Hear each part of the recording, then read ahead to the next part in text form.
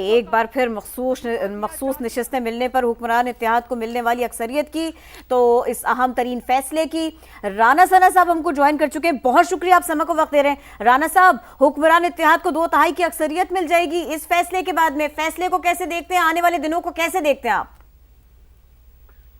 دیکھیں جی, یہ جو موجودہ حکمران اتحاد یا موجودہ جو کولیشن گورنمنٹ ہے اسے پاکستان کی اکانومی کو ریوائیو کرنے کا جو ایک موقع ملا ہے, اور اس کے بعد پھر جو مارکہ حق بنیان المرصوص تھا اس میں اللہ تعالیٰ نے جو کامیابی اور فتح دی ہے, تو اس کے بعد یہ تیسرا میں سمجھتا ہوں کہ اللہ تعالیٰ کا انعام ہے کہ جو کولیشن گورنمنٹ ہے اسے ایک اکثریت ملی ہے کہ وہ زیادہ آسانی کے ساتھ اور زیادہ جو ہے وہ کمٹمنٹ کے ساتھ جو ہے ملک کی اکانومی کو بہتر کرنے کا کام جو ہے وہ بھی کر سکے, اور جو دفاع کو جس طرح سے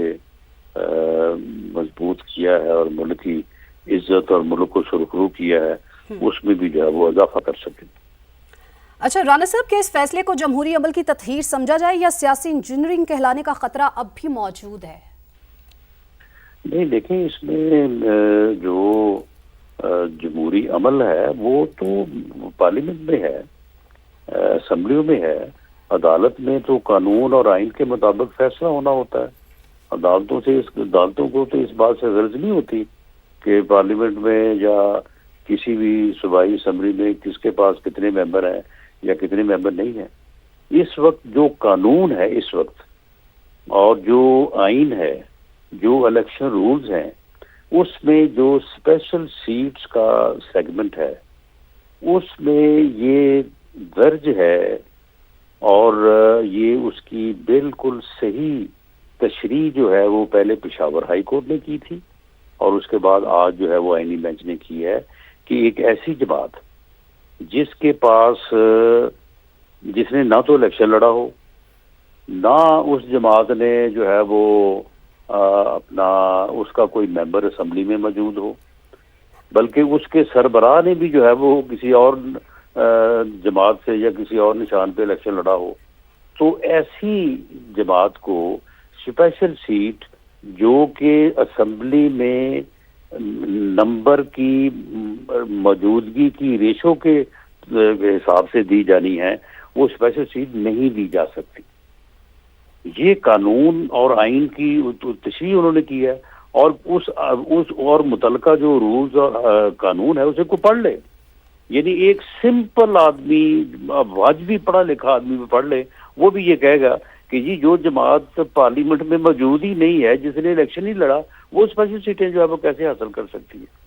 تو یہ جو پی ٹی آئی کے ہمارے دوست جو اس وقت جو ہے وہ آزردہ ہے یا اس وقت اگریڈ فیل کر رہے ہیں, انہیں اپنے اس فیصلے کے اوپر رانا صاحب انہوں نے کہا وہ احتجاج کریں گے, پی ٹی آئی رہنما کہتے ہیں شدید احتجاج کریں گے. اب وہ جی بالکل شدید سے بھی کوئی آگے ٹرم ہے تو اس کے مطابق کریں, لیکن معاملہ یہ ہے کہ انہیں اپنے اس فیصلے کے اوپر اپنا محاسبہ کرنا چاہیے کہ جب انہوں نے یہ فیصلہ کیا تھا کہ وہ سب جو ہے وہ آزاد حیثیت سے الیکٹ ہوئے اور اس کے بعد وہ جو ہے وہ سنی تحریک میں شامل ہو گئے. جی اچھا, تو رانا صاحب, کیا سپریم کورٹ کے فیصلے کے بعد وفاق میں اتحادی حکومت کو 2/3 اکثریت مل جائے گی؟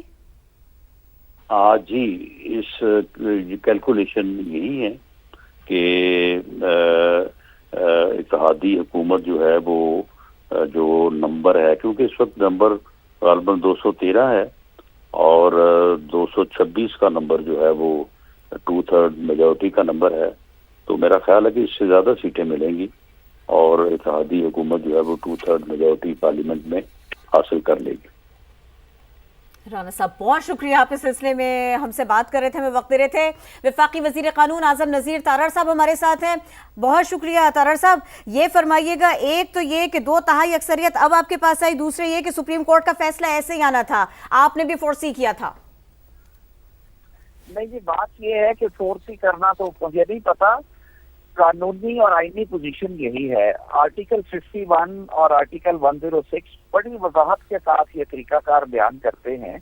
اور جب فیصلہ آیا تھا جو آج ریویو ہوا ہے، میں تو اس دن بھی یہ طالب علم ہے جی اور آئین میں ایسی کوئی گنجائش نہیں. اسی لیے پشاور ہائی کورٹ کا فیصلہ 5 سینئر موسٹ ججز نے دیا 5-0 کے ساتھ تھا.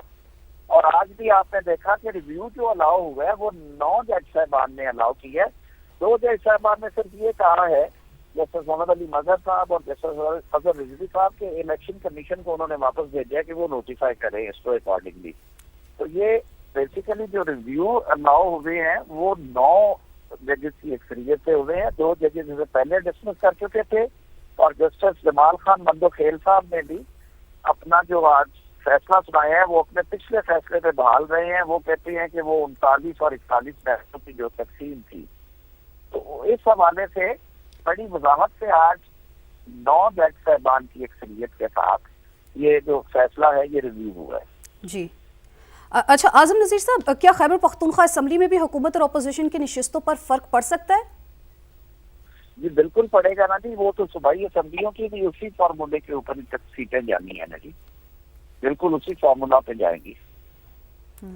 اور انتہائی نامور وکلا کی موجودگی میں بھی یہ کیس اس طرح سے بن جانا، آگے بڑھ جانا، اب اس کا فیصلہ آ جانا، آپ اس پہلو کو کیسے دیکھتے ہیں؟ کیونکہ بینچ نے بھی یہ کہا کہ یہاں سیاست بھی کی، جذبات بھی دیکھے گئے، لیکن جس طرح سے پروفیشنلی کیس کو آگے لے کے جانا تھا وہ چیز نہیں دیکھی گئی. دیکھیے جی، میں سمجھتا ہوں کہ مقدمات کا فیصلہ جو میٹیریل ہے کورٹ کے سامنے اس کی بیسس پہ اور آئین کی بیسس پہ ہوتا ہے. جی یہ آج نہیں، یہ 1973 کے آئین میں جو اسکیم دی گئی ہے اور پھر جب ریزرو نشستوں کو انٹروڈیوس کروایا گیا، اس کا یہ شروع سے یہ سیٹلڈ لا ہے کہ وہ سیاسی جماعتیں جو الیکشن میں حصہ لیتی ہیں یا کچھ سیٹیں جیت کے آتی ہیں یا ان کے درمیان تقسیم ہونی ہوتی ہیں. آزاد امیدواروں کو اور ایسی سیاسی جماعت کو جس نے الیکشن میں حصہ ہی نہیں لیا سنی اتحاد کونسل، جی وہ سیٹوں کی حقدار نہیں تھی. اور اسی لیے پشاور ہائی کورٹ کا 0 ڈیسنٹ کے ساتھ 5-0 کا فیصلہ تھا. Simple is that. جی اچھا اعظم صاحب، کیا یہ فیصلہ مستقبل میں دوسری جماعتوں کے لیے بھی ایک مثال بن سکتا ہے کہ پارٹی آئین اور پارلیمانی نظم کی خلاف ورزی کا نتیجہ کیا ہو سکتا ہے؟ جی یقیناً یہی ہے، اور جو پور لیگل ایڈوائس ہے وہ بھی اس میں کافی حد تک آپ کو نظر آئے گی. بات یہ تھی کہ پاکستان تحریک انصاف نے کی اپنی چوائس تھی انٹرا پارٹی الیکشن نہ کروانا اور قانون سے ہٹ کے کروانا. چلیں ہو گیا، آپ نے کر لیا. اس کے بعد ان کے پاس چوائس تھی کہ وہ اپنے کینڈیڈیٹس کو کسی سیاسی پارٹی کے پلیٹ فارم سے فلوٹ کر دیتے، وہ بھی نہیں کیا. پھر جب اسمبلی میں جیت کے آئے ہیں تو ان کی جو اتحادی جماعتیں ہیں، محمود خان اچکزئی صاحب یا جو متحدہ وحدت منص عمل ہے، وہ جماعتیں ہیں جنہوں نے الیکشن میں حصہ لے کے سیٹ جیتی ہوئی تھی.